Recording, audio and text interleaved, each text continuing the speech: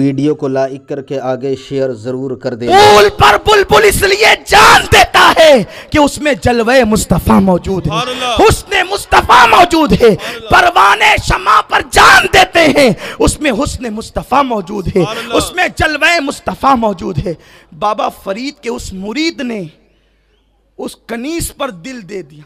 हालांकि जिसे बाबा फरीद जैसा पीर मयस्सर आए, क्या बात उसे है? क्या जरूरत है किसी को दिल देने।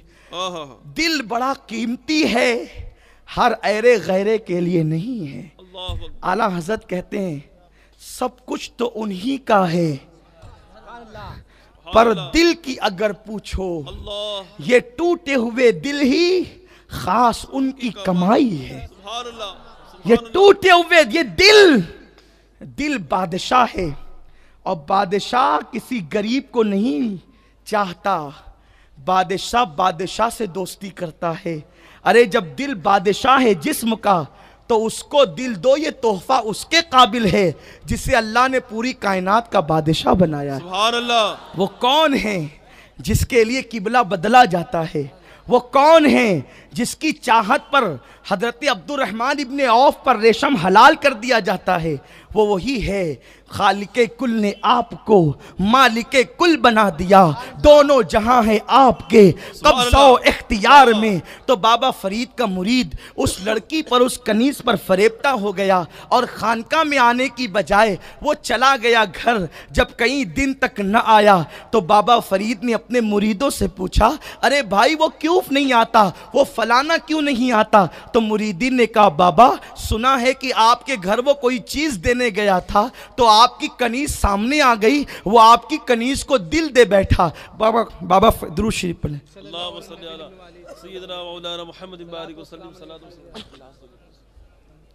अल्लाहु रब्ब मुहम्मदिन सल्लल्लाहु अलैहि वसल्लम नहनु इबादु मुहम्मदिन सल्लल्लाहु अलैहि वसल्लम। बाबा फरीद ने फरमाया उसको बुलाओ, वो मेरी कनीज को दिल दे बैठा, बुलाओ उसको।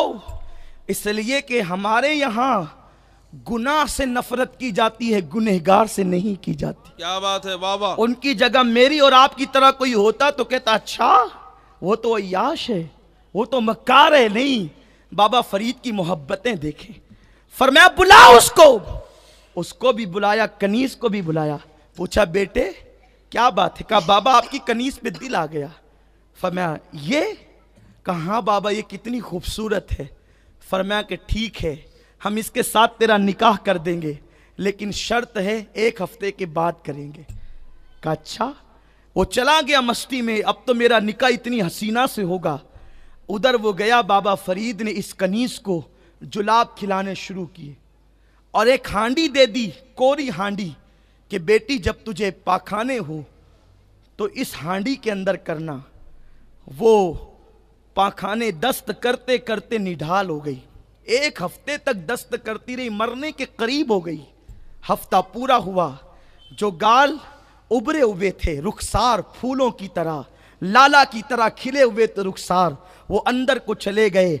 जो आंखें हरनी की तरह जो है वो ऊपर आंखें भरी भरी थी, उसमें आंसुओं की सौगात थी, उसके अंदर सुर्ख डोरे थे, वो आंखें अंदर की तरफ चली गई, खुश्क हो गई, दुबला जिस्म हो गया। जो बाल सुंबुल की तरह नजर आते थे अब यूं लगता है जैसे वो झाड़ू की तरह हो। अब 1 हफ्ता हुआ, वो बड़ी तमन्ना लेकर के आया। बाबा फरीद ने कहा बैठ निकाह करते हैं, अपनी अमानत ले जा। जैसे ही कनीज सामने आई, उसने कहा बाबा ये वो नहीं है अल्लाह जिससे निकाह का आपने वादा किया था कि उससे निकाह कर देंगे, ये वो नहीं है। फरमाया अल्लाह की इज्जत की कसम ये वही है। कहा बाबा वो तो बड़ी हसीन थी। बाबा फरीद ने कहा मैंने उसका हुस्न निचोड़ लिया है, बताऊं तुझे उसका हुस्न? उसने कहा कहां निचोड़ा? वही हांडी जो गलाजत से भरी थी सामने रख दिया। कहा बेटे यही उसका हुस्न है। अल्लाह। किस हुस्न की तरफ जा रहे हो जो 1-2 साल के लिए? किन खूबसूरत बालों के मतवाले बने हो?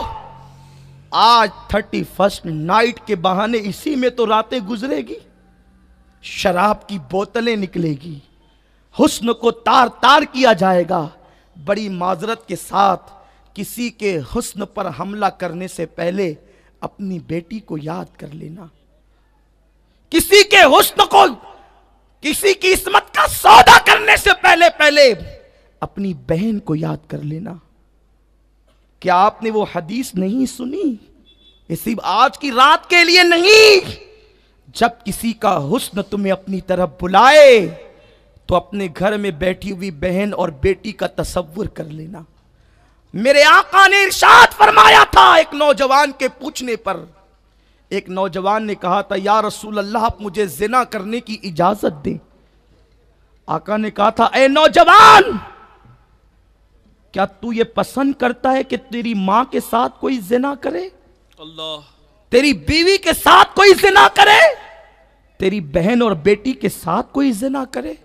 उसने कहा था, नहीं, इस हदीस का इशारतुन नस ये है कि क्या तेरी मां के साथ तू जिना को पसंद करता है? मतलब ये कि तू अगर किसी की मां के साथ जिना करेगा तो तेरी मां के साथ भी जिना किया जाएगा। आका की हदीस है, कमा तदीनो तुदान, तुम जैसा करोगे तुम्हारे साथ वैसा ही किया जाए। अल्लाह। किसी को धक्का देने से पहले सोचना, मैं किसी की बहन को धक्का दूंगा, मेरी बहन को भी धक्का दिया जाएगा। दूसरों की इस्मतें तार तार करने में बड़ी लज्जत आती है। अपने घर की औरतों को घरों में कैद करके ये समझते हो कि तुम दूसरों की इस्मतों का सौदा करोगे और तुम्हारे घर की इज्जतें महफूज रहेगी? बड़ी माजरत के साथ ये नहीं हो सकता। आका ने इशारा दिया था, क्या तू ये पसंद करता है कि तेरी बेटी के साथ जिना हो? यानी तू किसी की बेटी के साथ जिना करेगा तो तेरी बेटी के साथ भी जिना होगा, मगर तौबा कर ले। अगर तौबा कर ली तो बच सकते हो, लेकिन किसी की इस्मत को तार तार करने के बाद उस वक्त तक मौत नहीं आएगी जब तक कि हदीस पाक के अल्फाज तुम सच्चे होते अपनी जिंदगी में देख ना लो। क्योंकि मेरे आका यूं ही नहीं कहते, वो कहते हैं जो फरमान खुदाबंदी होता है, जबान उनकी होती है, कलाम खुदाबंद कुद्दूस का होता है। बात कहीं निकली, अर्ज ये कर रहा था कि हबीब सूदखोर, बच्चों ने कहा दूर हटो, ये हबीब सूदखोर आ रहा है, अगर इसके पैरों का गर्द हमें लग गया, इसके पैरों की गर्द हमें लग गई तो ऐसा ना हो कि अल्लाह हमसे नाराज हो जाए। उसको एहसास हुआ, वो सूद को वसूल करने के लिए गया तो सही, लेकिन दिल में खटक थी। देखो, जब अल्लाह किसी को तौबा की तौफीक देना चाहता है तो असबाब बनते चले जाते। सुन्नी दावत इस्लामी ऐसे मौके पर यह महफिलें इसलिए रखती है ताकि कोई सादतमंद रूह लब्बैक कहकर अपने अल्लाह की तरफ लौट जाए, गुनाहों से हिजरत करके नेकी की तरफ आ जाए। हिजरत करो, आका फरमाते हिजरत करो मालदार हो जाओगे। हिजरत का मतलब क्या है? एक माना तो जाहिर यह है कि जहां गुनाहों का, जहां अलल ऐलान शारुल्लाह और अल्लाह की निशानियों को तुम अदा नहीं कर सकते, वहां से निकल कर वहां जाओ जहां तुम अलल ऐलान इबादत कर सकते हो। और हिजरत का एक माना यह भी है, गुनाहों को छोड़कर नेकियों की तरफ आ जाओ। अगर तुम गुनाह छोड़कर नेकी की तरफ आ गए, अल्लाह तुम्हें माला माल कर देगा, दौलतमंद कर देगा। और आका ने फरमाया है, हक है। हबीब जब सूद वसूल करने के लिए गया तो एक गरीब के दरवाजे पर पहुंचा, और जब पहुंचा तो दरवाजे पे दस्तक दी, अंदर से आवाज आई, कौन? हबीब ने कहा, मैं हबीब हूं। खातून ने कहा, मेरे शौहर नहीं है, वो कहीं गए हैं, पैसों का इंतजाम करने गए हैं। उसने कहा कि तुझे मालूम है, जब मैं आता हूं और पैसे लिए बगैर टलता नहीं, तेरा शौहर हो या ना हो, मुझे मेरे पैसे चाहिए। उस खातून ने कहा, मेरे शौहर बकरी का सर और बकरी के पाए आज पकाने के लिए कहीं से कर्ज मांग कर लाए थे, वही पकाने की तैयारी कर रही हूँ। मेरे बच्चे भूखे हैं, अगर कहे तो मैं तुझे यही उठाकर दे देती हूँ। अल्लाह अकबर।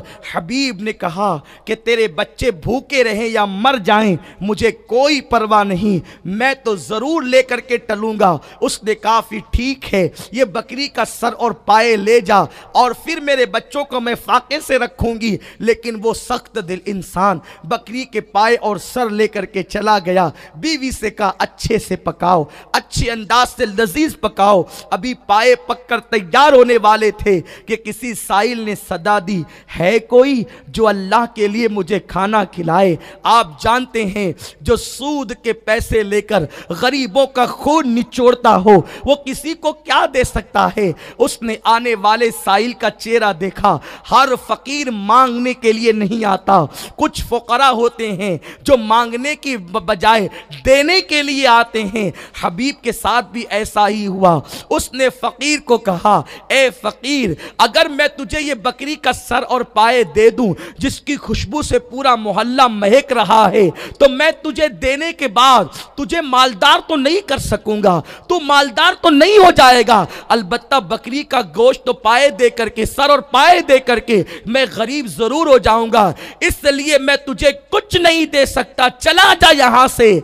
उस मर्द दरवेश ने कहा, हबीब, यौमे हिसाब करीब है, लोगों पे जुल्म करने वालों के साथ रहम नहीं किया जाएगा।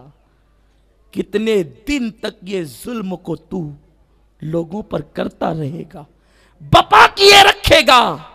एक दिन तो मौत आनी है हबीब, जब मौत आएगी तो तेरा मकान, तेरा खूबसूरत कारोबार यही रह जाएगा, कुछ तेरे साथ न जाएगा सिवाय तेरे अच्छे और बुरे आमाल के।